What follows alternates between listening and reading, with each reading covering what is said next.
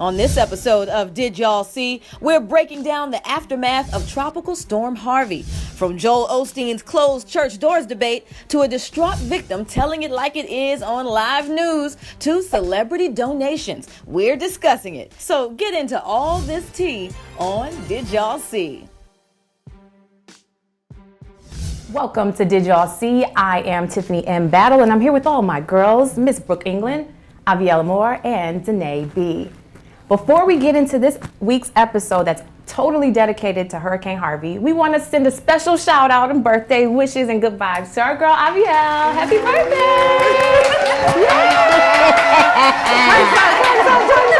Thank you. Happy birthday.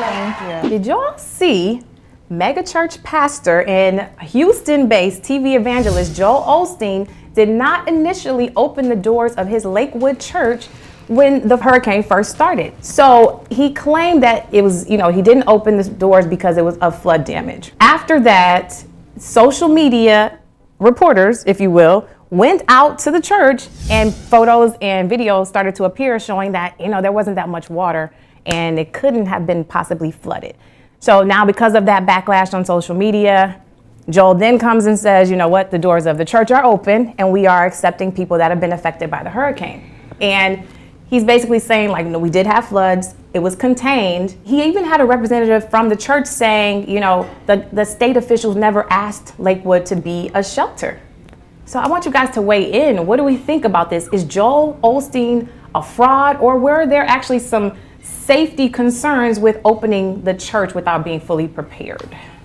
I don't really know how I feel because, he did come out and he said that wasn't true. And then you have the people from social media, which we do know sometimes people make up things and the internet will run with it. So I just feel like I see you looking at me.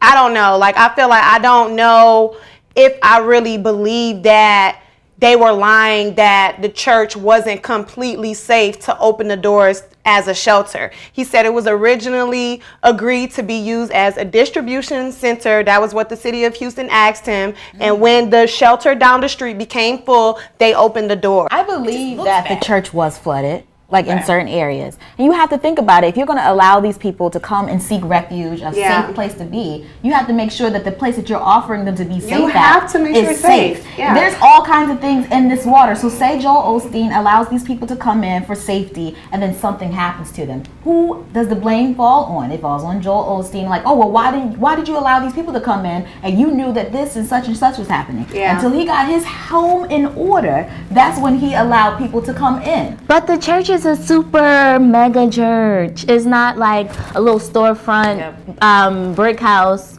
up on 136 between 7th and Lenox.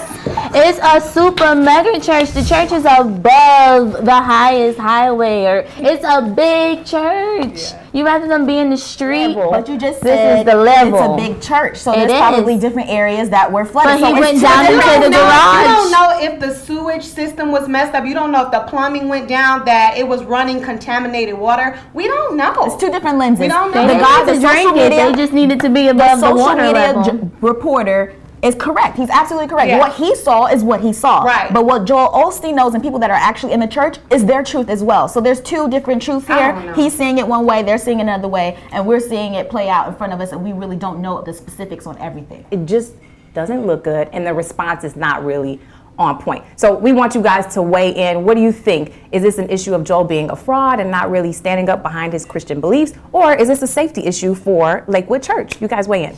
All right, ladies, did y'all see this latest video where a reporter was at a shelter and she was talking to a woman who was clearly distraught, in tears, and she just didn't understand why news sources were there with their cameras and their microphones trying to cover the devastation going on with Hurricane Harvey. Y'all trying to interview people during their worst times. That's not the smartest thing to do. People are really breaking down and y'all sitting here with cameras and microphones trying to ask us what the fuck is wrong with us. I'm so and sorry, you really trying to understand with the microphone still in my face, with me shivering cold, with my kids wet, and you still putting the microphone in my face. So my question is, where do journalists draw the line between having compassion and, covering a news story? I really feel like this story needs to be covered. Everything needs to be covered nowadays. There's no excuse for things not to be covered. Mm-hmm. But I have a couple of questions here. Did she ask the woman to be interviewed. And if the woman agreed, why did she pop off? I understand she's angry, so she probably just say, hey, this is my time to shine, I'm about to let you have it. And if she did, and then my other question is, if she didn't ask, why is she just shoving a mic in people's face? I feel like this is a time where you need to be sensitive to what people are going through. They just lost everything. You definitely need to be emotionally ready as a reporter if someone goes that way. You know what I'm saying? I do feel like I feel like she had to have agreed to be on camera for that shot to have been set up in the first place. But I feel like maybe somewhere in that interview, the reporter asked maybe something too stupid, or, you know what I'm saying? Because don't ask me how I feel. It's obvious how I feel. You know what I'm saying? Like, don't ask me stupid things, shoving the mic in my face. So I feel like the reporter should be asking, what can be done to help? Yeah. How do we fix this? Instead of saying, how do you feel? That's probably what set her off. Yeah. Because it would have set me off. And then, I'm sorry, y'all. I know it's like rough and everybody's, going through a lot, but why didn't she walk away? You know why I think she didn't walk away in that particular moment? I feel like she knew it was live and she wanted people to see that. Because they couldn't edit that out. You know what I'm saying? Are we on live TV? Okay, why the hell you keep putting this microphone in my face? It was her you know what I'm saying? Like... Yeah, that's what I. But I also struggle with this. If no one's covering it, it's a 50-50. If no one's covering it, then no one knows where to send donations. No one knows the severity of the situation. No one then have the celebrity involvement. Everyone. Her issue wasn't with her covering it. Her issue was with her having the mic on her face. You could cover it standing over there and having the people in the back or whatever's going on in the back. You don't have to be in somebody's face. And that was the issue. She was not asking anything relevant. She wasn't asking, where can we donate? How can we fix this? She was like, how do you feel? Sis, I'm cold. We're wet. So we think that's poor journalism. Well, we want you guys to weigh in. Let us know your thoughts. What is the responsibility of a journalist during, devastations like Hurricane Harvey?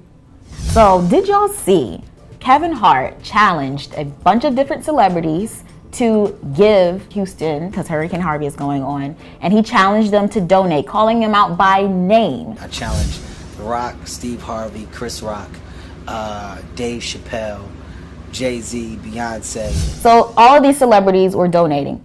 Master P came out a couple of days later saying, I don't feel like it's right for Kevin Hart to tell me where I should put my money. I'm blessed that Kevin Hart made a donation.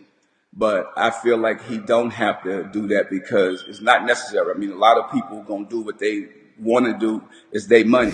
So, the question is, should celebrities challenge other celebrities to give back, give their money, and then should celebrities announce that they are giving?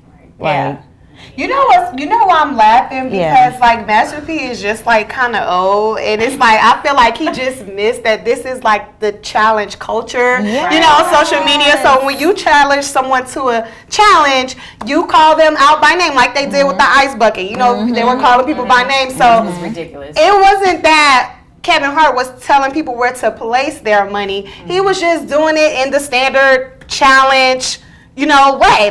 I'm calling you out. I'm calling you out. It's necessary. Yeah, because so many times the celebrities are asked, well, what are you going to do? And here Kevin is here's what I'm going to do. And I'm challenging all these other celebrities to do the same thing. So now this is what I'm doing. So it's kind of like half and half. It's accountability. It is accountability. Do you feel like celebrities should announce when they give because they can be seen as too political? Case in point, Beyonce, she never spoke about giving money to her efforts. Her and Jay are very much low-key under the rug, and I appreciate that. But I appreciate the celebrities that do announce it, because I want to know why I'm buying your albums and where is this going to, besides your house, your car, your kids, tuition, and your jewelry, because that's all I really see. So was Kevin wrong for challenging other celebrities to give? We want to know.